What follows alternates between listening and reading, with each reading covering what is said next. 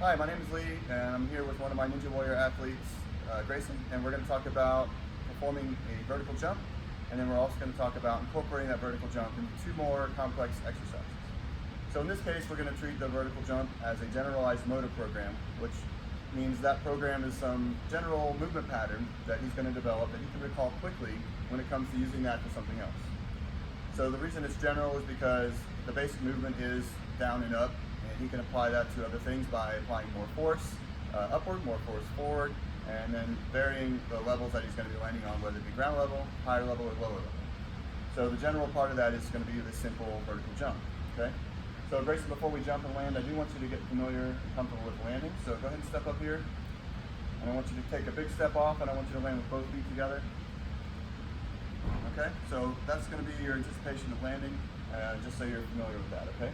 So first thing is, I'm going to show you, I want you to stand with feet shoulder width apart. I want you to keep your head and chest up, and then we're going to sit. So I'm going to bring my hips and my knees down and push my arms behind me to prepare, okay? And then I'm going to come up and generate force with my legs and my arms to move your body up off the ground, okay? So go ahead and try that. Keep your eyes and chest up. Sit about halfway down and up on your toes. Okay, good. So let's try it again. This time I want you to reach back, and as you come up, I want you to flex your leg muscles really hard so that you come up and throw your arms in the air like you're trying to take off, and let all that force generate you some movement off the ground, okay? And then just land back in the same spot you're in. Okay, go ahead. Okay, very good. So that's the vertical jump. The vertical jump can have some variations depending on how you're going to use it. One of those variations might be a little bit more vertical reach. So Grayson, this time I want you to reach as high as you can with your hands when you do your vertical jump. Okay, very good. And another thing you can do with the vertical jump is to go from a lower surface to a higher surface. In that case, you're going to need to use your core muscles a little bit more to pull your knees up to your chest. And so we'll go ahead and demonstrate that as well. So Grayson, go ahead and do the vertical jump and do a tuck jump with this one. So bring your knees up as you come up. Okay? So that gives you a little more height off the ground in case you're going to land on something higher. So the generalized motor program here is going to be that vertical jump, and then you can apply that to other exercises. And one of those we're going to move right into is going to be the box jump. Okay, so the box jump is going to be a vertical jump with some forward momentum. So in this case, instead of just driving off the ground, he's going to have to drive a little bit forward. So his arms are going to go forward more, and your pressure off of your toes is going to flex a little harder as you push forward. Okay, so Grayson, stand up towards the box. I want you to take this vertical jump, and this time you're going to look forward just a little bit more and push off your toes a little bit more and bring your knees up high enough so you're going to have to anticipate landing on that box. Now when you jump, I want you to focus on the edge of the box, not the front edge of the box. That way you land in the middle, so you don't fall just off the edge here, okay? So eyes on your target, vertical jump, and forward momentum onto that box. Okay, very good. Okay, so let's tip down here on the floor a little bit. So that time he did have to pull his knees up a little bit. We're going to challenge that a little bit more. This time I want you to bring your knees up a little higher as you land on this box. You're going to land with bent knees, and then I want you to go ahead and stand up when you're done. So go ahead, higher box jump here. Okay, very good. So he's getting pretty high. He could definitely get on something a little higher than this, but it demonstrates the point. So the box jump could be a single box, could also be sequential box jumps. So Grayson, let's try that one as well. Let's go back here to the beginning. So for sequential box jump, the difference is going to be the quick stabilization and then a refire of the muscles to go from one box to the next with some momentum to keep going because the distance is going to be a little further apart. So when you jump up here, I want you to first land and stabilize, and then I want you to jump again to that box, the second box, okay?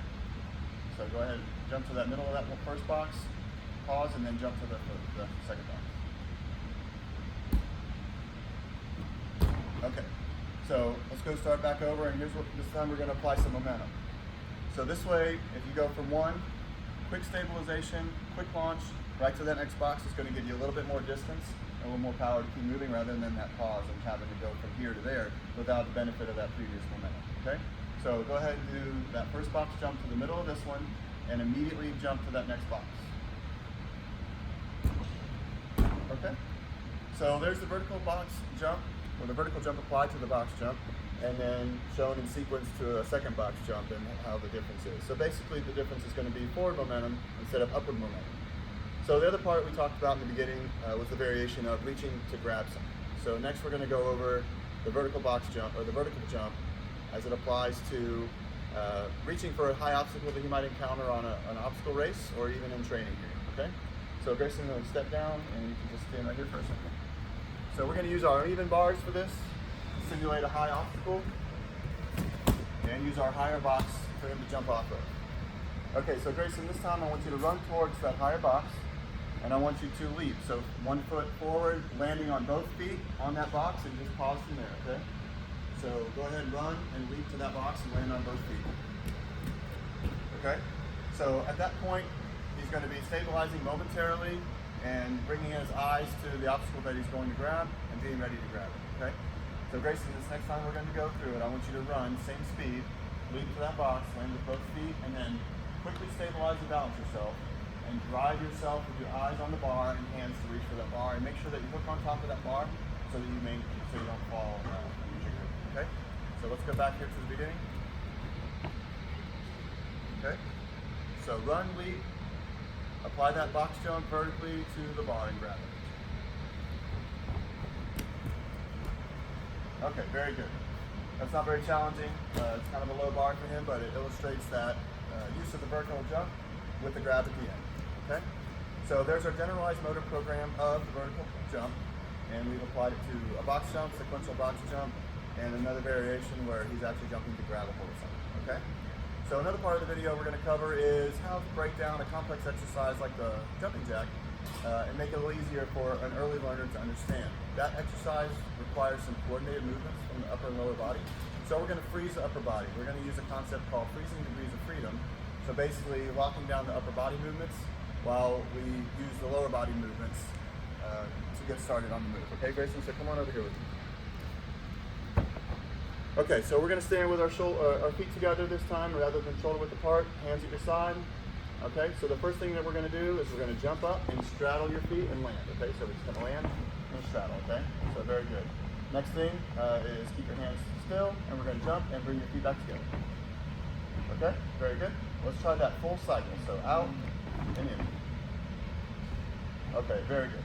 So now we're going to freeze the lower body and we're going to reactivate the upper body. So he's going to go through these arm movements separate from the leg movements. So Grayson, this time keep your feet together, okay?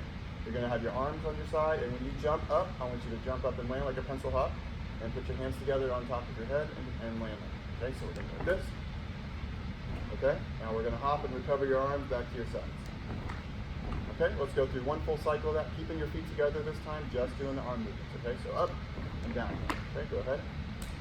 Okay, very good. So we have the concept of the lower body and the upper body. So now we're going to go and unfreeze those degrees of freedom. We're going to activate everything, but we're going to go slow at first. So Grayson, first thing we're going to do, we're going to hop, straddle your feet, and hands above your head. Okay, so we're going to do this. Go ahead. And we're going to hop and recover everything back to the center. Okay? Okay, so let's do one whole cycle of that and speed it up just a little bit. So out and in. Okay, so this exercise is really designed to be done in sequence. You would never really just do one jumping jack. So let's go ahead and apply that. So first let's do the lower body. So I want you to keep your arms stationary and just with your legs. Let's do 4 repetitions of just the legs, okay? So let's just go 1, 2, 3, and 4, okay?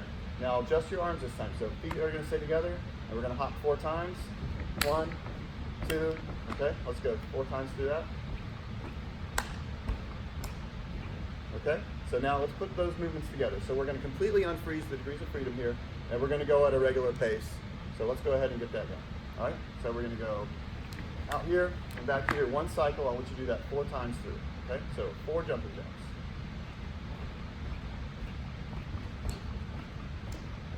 Okay, so very good. So we froze the degrees of freedom to isolate the movements so that the early learner here does not have to think too hard about what they're going to do with both upper and lower body. And then once he got the concept of each, we unfroze everything, put it all together, and sped it up in a sequential movement of the jumping jack, and then he was able to grasp the concept pretty easily. So this can be useful for any really any complex exercise where there's coordinated effort, because it does take a lot of mental processing, and for an early learner that's going to be difficult. So this is one way to learn that multiple step sequencing. All right, well thanks for watching. We'll see you later.